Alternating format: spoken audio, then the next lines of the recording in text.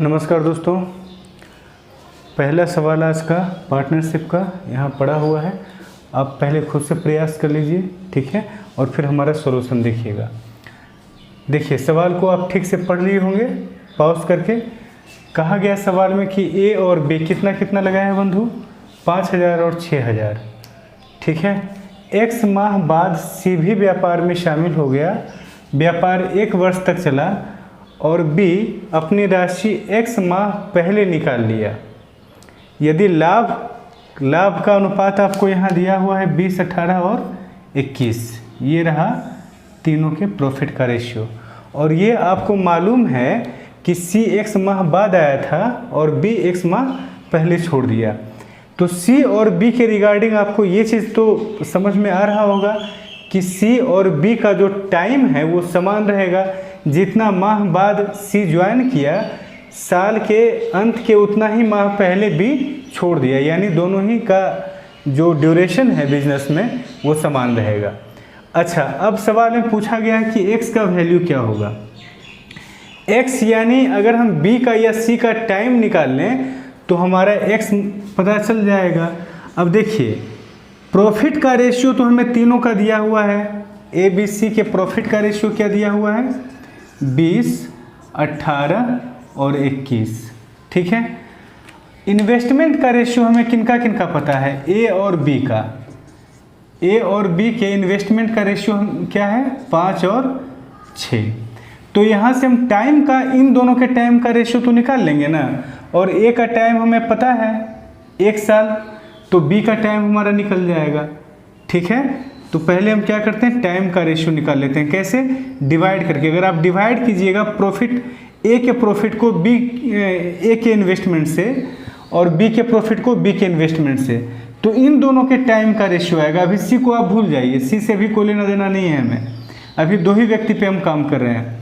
Divide कीजिएगा तो क्या आएगा, 4 और यहाँ 3। ये 4 और 3 क्या हुआ बंधु, ए तथा बी के समय का अनुपात। ए और बी के टाइम का रेशियो क्या हुआ, 4:3। 4 यूनिट का मान कितना हो गया, 12 मंथ। तो 3 यूनिट का मान कितना हो गया, 9 मंथ। मतलब बी जो है वो बिजनेस में 9 मंथ के लिए रहा है। इसका मतलब है कि साल के कंप्लीशन से, साल पूरा होने के ठीक 3 मंथ पहले बी बिजनेस को छोड़ के चला गया, यानी एक्स का मान क्या होगा, 3 मंथ। आंसर आपका क्या हो गया, सी। क्लियर है।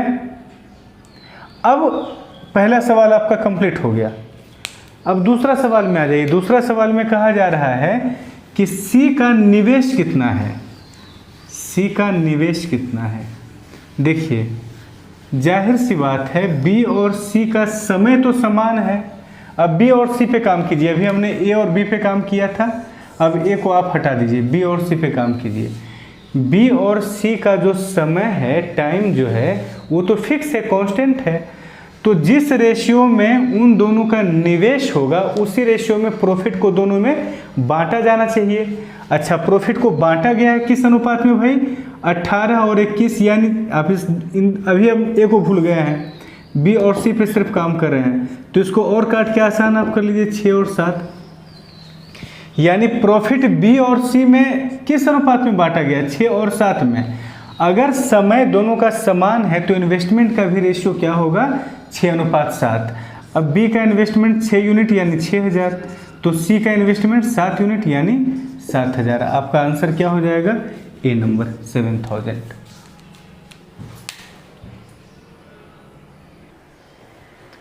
बंधु, दूसरा सवाल आपके सामने है, आप प्रयास कर लीजिए इसको पॉज करके और फिर सॉल्यूशन देखिए। देखिए, कहा गया है ए बी सी 3 व्यक्ति हैं, तीनों अलग अलग टाइम के लिए, तीनों का टाइम अलग अलग है और इन्वेस्टमेंट भी अलग अलग है। तो तीनों के प्रॉफिट का रेशियो सबसे पहले आप निकाल लेंगे। इस सवाल में प्रॉफिट का रेशियो क्या हो जाएगा बताइए। जो इन्वेस्टमेंट है मतलब 65, चूँकि 1000 तो तीनों का कट ही जाएगा, 84 और 100, ठीक है। 1000 को हमने काट दिया, ज़्यादा जगह भी नहीं है और ऐसे भी कट ही जाता। अब इसमें मल्टीप्लाई हम कर देते हैं तीनों के रेस्पेक्टिव टाइम से। ये 6 हो गया और ये आपका 5 हो गया और ये 3 हो गया। ठीक है, ये प्रॉफिट का रेशियो हो गया। इन्वेस्टमेंट इनटू टाइम का जो रेशियो होता है वही प्रॉफिट का रेशियो होता है। अब एक चीज़ देखिएगा, कहा गया है कि ए को श्रम करने हेतु लाभ का 5% दे दिया गया।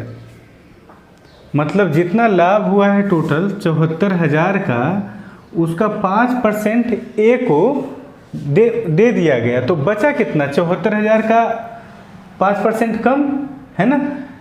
तो आप इसको पूरा मत निकालिएगा, आप सीधा ऐसा नहीं कि 74,000 का 5% निकाल के घटाने लगे या 74,000 का 95% निकाला।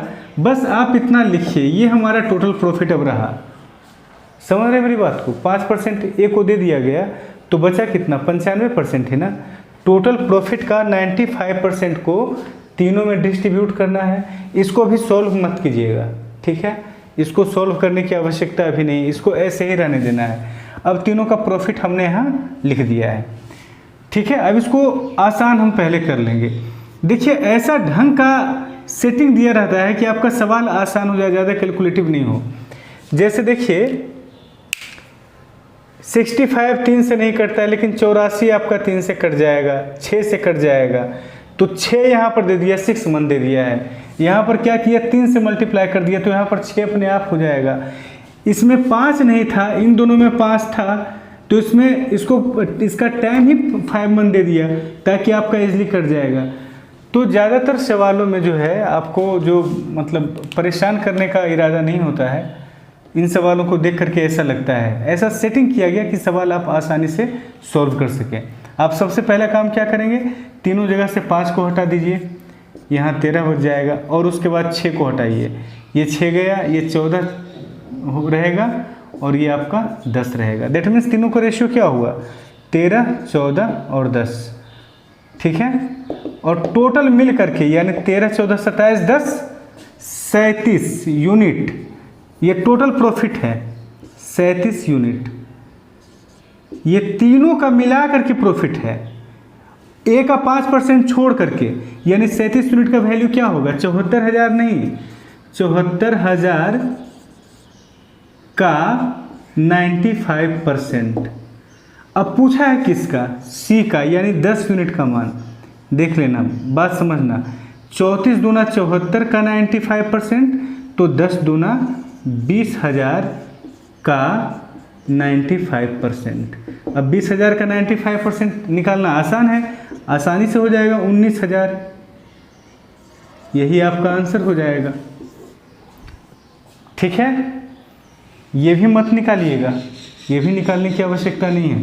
देख लीजिएगा कि 20,000 का 95%, 20,000 का 100% तो 20,000 होगा, तो उसका 95% 20,000 से कम ही ना होगा भाई। बाकी सारे का ऑप्शन तो हमारा 20,000 से ज़्यादा है। दैट मीन्स हमारा आंसर क्या होगा? 19,000। ये सब छोटा छोटा जो चीज़ है ना, ये साथ में सीखते चलना, ठीक है। ये इतना लिखने की आवश्यकता नहीं पड़ेगी। अगर आप एक्सपर्ट हो गए इन चीज़ों में, तो इतना जो हमने लिखा है इतना लिखने की आवश्यकता नहीं पड़ेगी। यहीं पे आपको आंसर दिखाई पड़ेगा, ठीक है। और इन चीज़ों को तो आप समझते होंगे, अगर नहीं समझते हैं तो कमेंट ज़रूर कीजिएगा। इन चीज़ों पे हम वीडियो बना देंगे, कैसे हम कैलकुलेट किया करते हैं, छोटा छोटा कैलकुलेशन कैसे करते हैं। बंधु, अगले सवाल को बनाने के पहले थोड़ा सा ध्यान दीजिएगा। एक कॉन्सेप्ट हम समझाना चाहते हैं कि अगर मान लो कि 2 व्यक्ति है, इस सवाल को भी हम नहीं डील कर रहे हैं। अगर 2 व्यक्ति है ए और बी, ठीक है। अगर कहा जाए सवाल में कि ए जो है ये 6 मंथ के लिए 5,000 रुपया इन्वेस्ट किया, ठीक है। और नेक्स्ट 6 मंथ के लिए इसने क्या किया? देखा कि कोई आर्थिक प्रॉब्लम था इसके साथ, इसके कारण ये 2,000 रुपया अपना निकाल लिया, ठीक है। 2,000 रुपया क्या किया? विथड्रॉ कर लिया। जबकि बी के साथ स्थिति ये थी कि बी पहले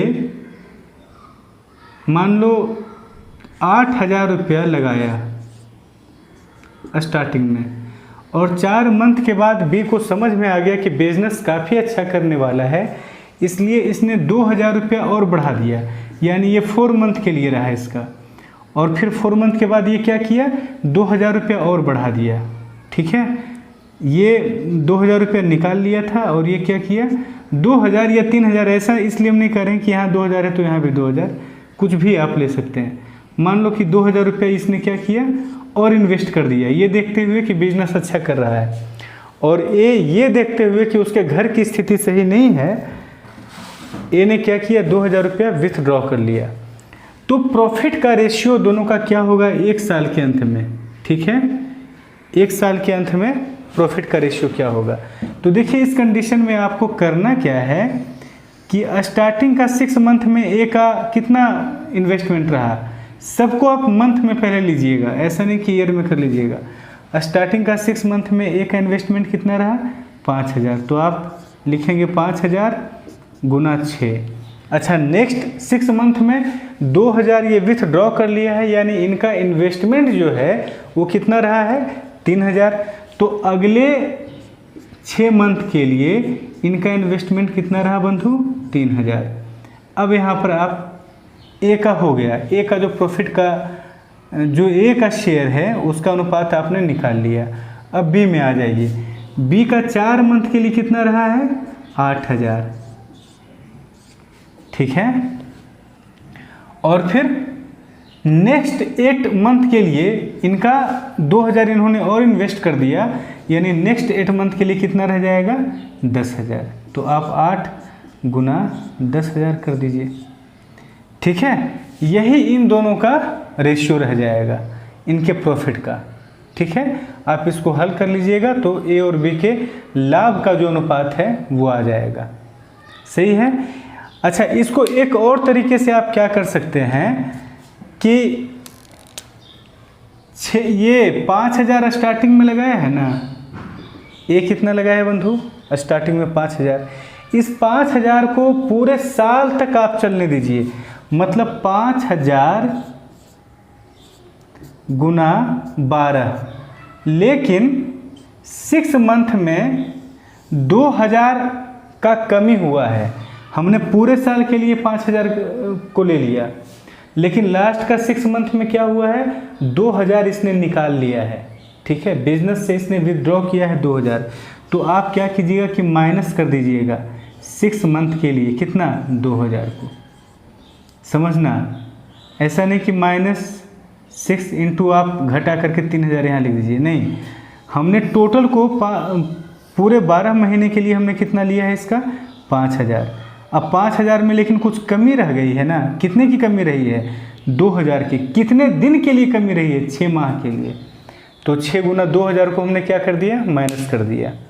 ठीक है, उसी तरह से अगले बार में क्या कर सकते हैं कि 8000 जो है ये पूरे साल के लिए आप कर दीजिए, 8000 पूरे 12 मंथ के लिए। लेकिन इतना ही नहीं रहा है, कुछ और रहा है। और क्या रहा है, और 2000 और रहा है। ये 2000 कितने दिन के लिए रहा है, ये 8000 तो 12 माह के लिए रहा ही है, ये प्लस में 2000 कितने माह के लिए रहा है 8 माह के लिए रहा है। तो आप इसको लिख दीजिए 2000 गुना 8। दोनों ही तरीका से आप सवाल को बनाइएगा और इन पे सोचिएगा। ठीक है, हमको जितना बताना था हमने समझाया, आप सोचिएगा इस पे कि ऐसा हमने किया सही है या नहीं। ऐसा नहीं कि मेथड को आप रट करके आप आगे बढ़िएगा, क्योंकि मेथड को आप याद कीजिएगा तो भूलना तय है। ठीक है, अब देखिए यहाँ पे क्या आ रहा है 30,000 प्लस 18,000 यानी 48,000, 12 पचे 60,000, 60,000 में गया 12,000, 48,000।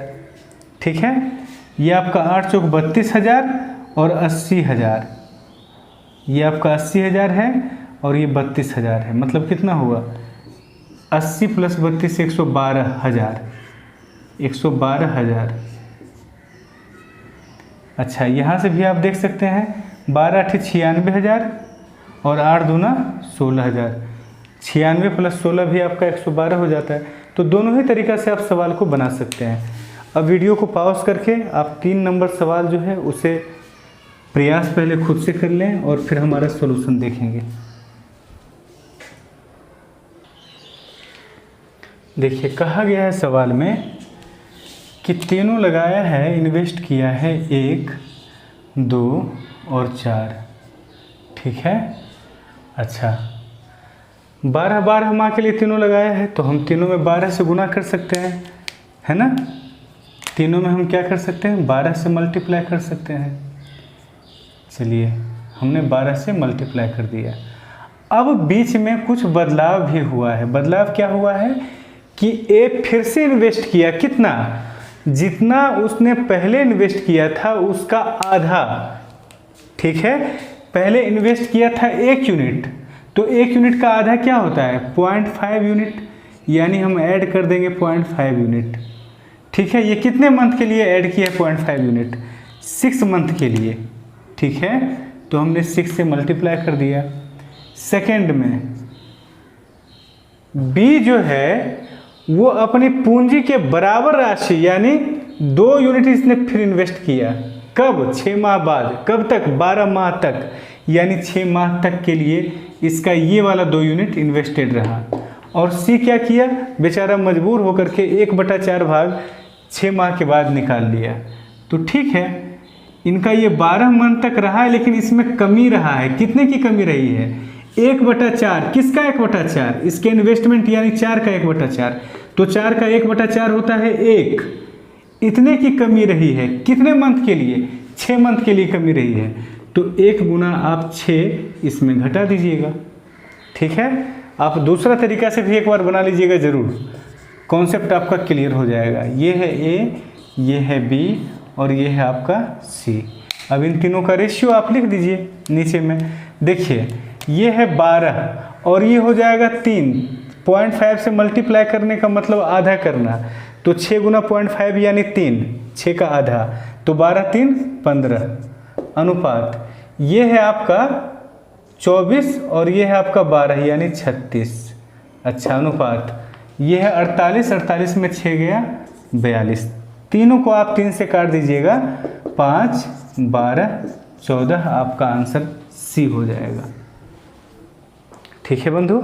आप दूसरा तरीका जो हमने बताया था उससे भी बना लीजिएगा, एकदम आसान है। 1 यूनिट 6 माह के लिए, 1.5 यूनिट अगले 6 माह के लिए। इस पैटर्न पे भी आप सवाल को बना करके देख लीजिएगा। अगले सवाल में आते हैं। गैस बहुत ही बेहतरीन सवाल है, खुद से प्रयास कर लीजिए और फिर सॉल्यूशन देखिए। देखिए कहा गया है कि ए जो है वो 52,000 और बी कितना लगाया, 39,000, 1000 से 1000 गया, ठीक है। और ए का इन्वेस्टमेंट कितने मंथ के लिए रहा बंधु, 12 मंथ के लिए, और बी का इन्वेस्टमेंट 8 मंथ के लिए। तो ये किस चीज़ का रेशियो हो गया, प्रॉफिट का रेशियो हो गया, ठीक है। तो प्रॉफिट का रेशियो यहाँ से देखिए आपका आ जाएगा 13 तिया 39, 13 चौक 52, 8 तिया 24 और 12 चौक 48, यानी प्रॉफिट का अनुपात क्या होना चाहिए, 2:1, ठीक है। मतलब जो भी प्रॉफिट हो उसको 2:1 के रेशियो में ए और बी में बांटा जाना चाहिए, ठीक है। लेकिन कहा गया है कि बी जो है ना वो कुछ काम भी किया है, संचालन किया है, बिजनेस का संचालन किया है।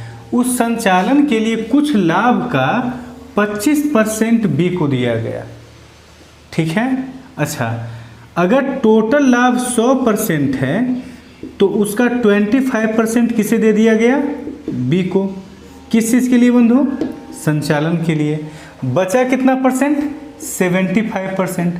अब इस 75% को इन्वेस्टमेंट और टाइम के रेशियो में बांटा जाएगा। आप समझ रहे हैं मेरी बात को। जब कोई आदमी वर्क करेगा, मैंने पहले ही आपसे कहा था कि जब कोई फिजिकली वर्क करता है या किसी भी तरह का काम करता है तो उसके वर्क के लिए पहले ही उसे जो टोटल प्रॉफिट होता है उसका एक परसेंटेज दे दिया जाता है।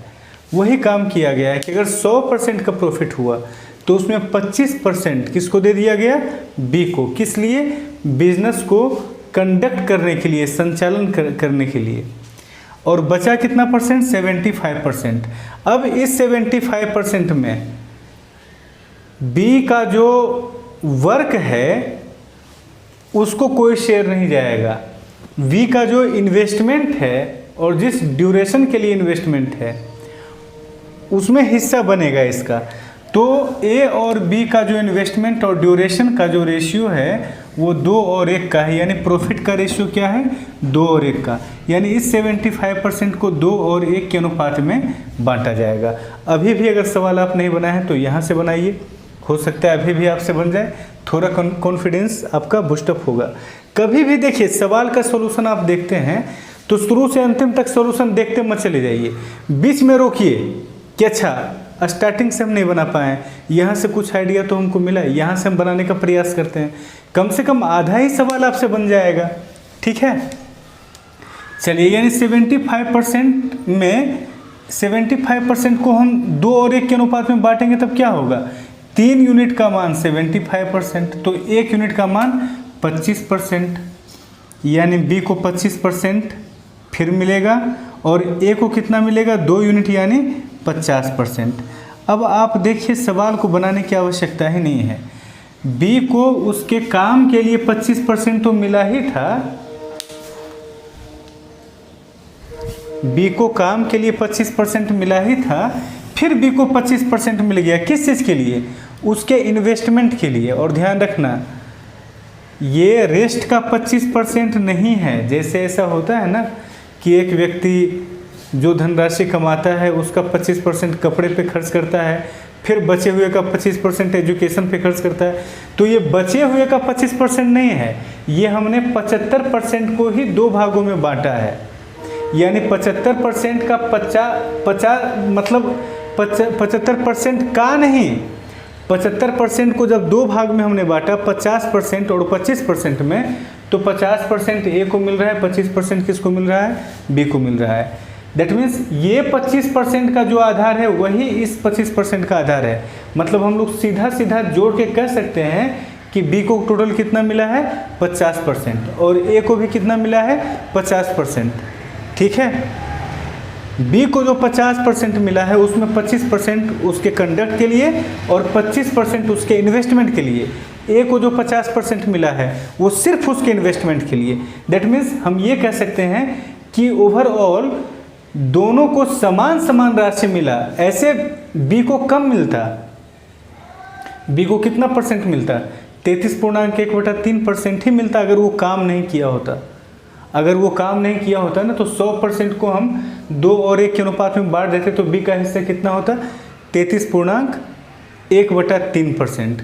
लेकिन वो काम करके क्या किया कि पहले ही 25% अपने हिस्से में कर लिया, तो बचा कितना 75%। अब उसको 2 और 1 के अनुपात में बांटा गया तो ए का हिस्सा कितना हुआ 50, बी का हिस्सा कितना हुआ 25। दैट मीन्स ओवरऑल दोनों का समान समान हिस्सा हो गया। तो अब कहा जा रहा है कि ए का लाभ क्या होगा, भाई जितना बी का लाभ है उतना ही ए का लाभ होगा, यानी ए का आंसर आपका कितना हो जाएगा ए। दैट मीन्स बी सही।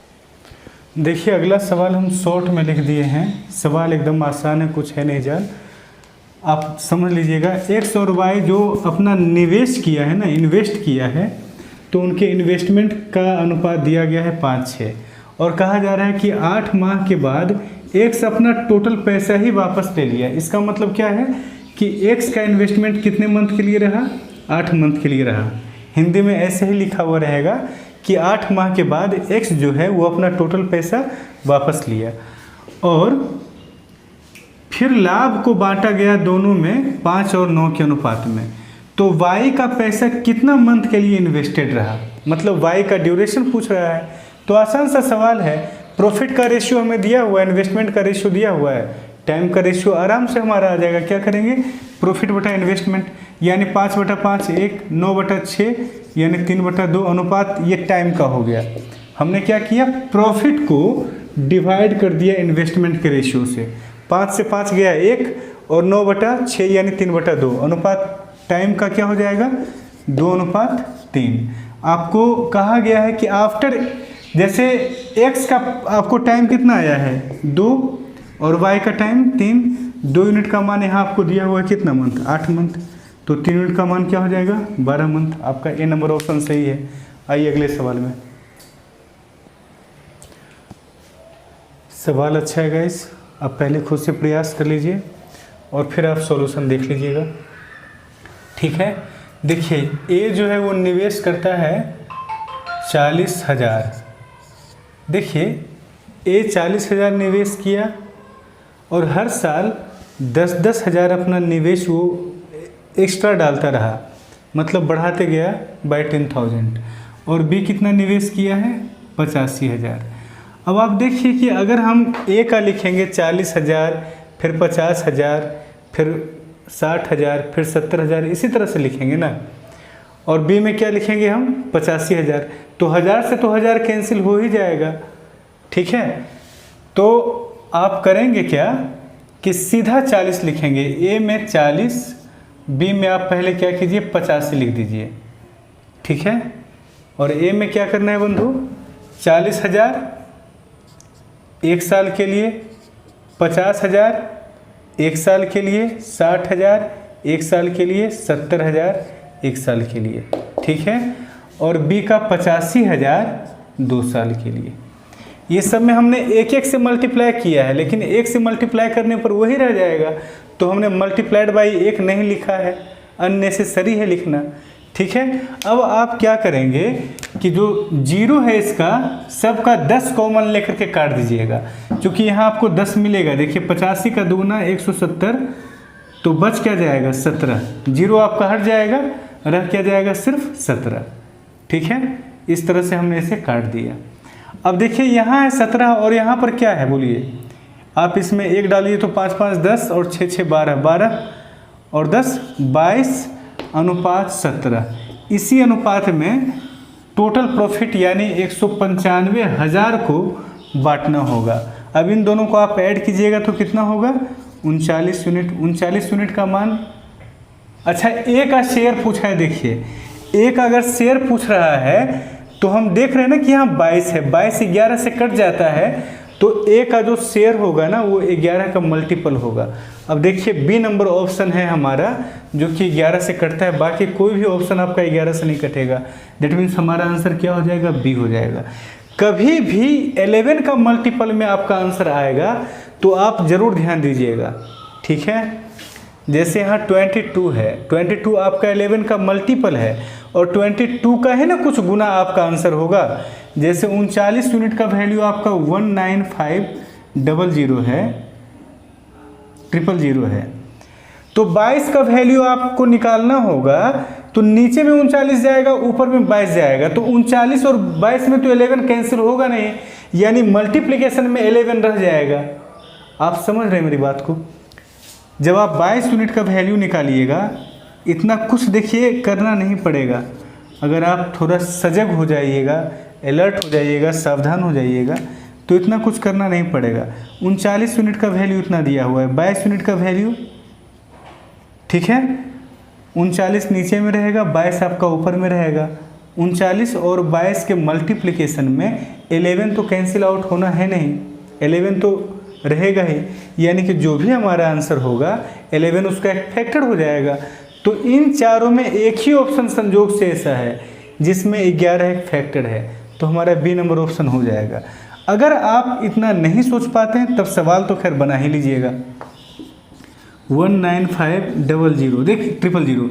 देखिए बात यह है ना कि एग्ज़ाम में दिमाग पे प्रेशर होता है, तो हो सकता है कि आपका इस बात पर ध्यान ही नहीं जाए कि 22 का वैल्यू हमको निकालना है, तो जो 11 का मल्टीपल होगा वही हमारा आंसर होगा, ठीक है। और ये भी हम कह रहे हैं कि ये एक महत्व संजोग है कि इस सवाल में जितना भी ऑप्शन है उसमें सिर्फ एक ही ऑप्शन है आपका जो कि 11 से कट रहा है। हो सकता है ये 85 है, अगर 88 रहता तो फिर आपको सवाल बनाना पड़ता, ठीक है।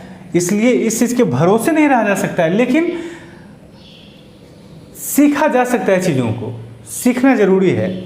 और ये भी हम बता रहे हैं कि एग्ज़ाम में आप चाह करके आप इन चीज़ों को नहीं देख सकते हैं, क्लिक कर गया माइंड में तो दिख जाएगा। इसलिए जान के रहिए इन चीज़ों को पहले से कि अगर ऐसा होगा तो ऐसे करने से आंसर हमारा आसानी से आ जाएगा।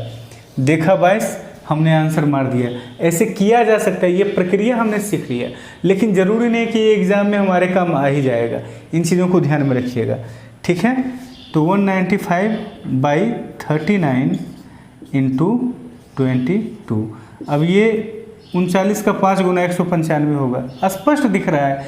9 पचे 45 रह गया, 4 3 पचे 15 4 19, ये 5 गुना हो गया, तो 5000 गुना 22, अब 22 पचे 110, अब तो दिख रहा है 110,000 हमारा आंसर हो जाएगा, यानी बी नंबर ऑप्शन हमारा सही आंसर है। ठीक है बंधु, तो आज का जो क्लास है, आज का जो वीडियो है वो यहीं तक रहेगा।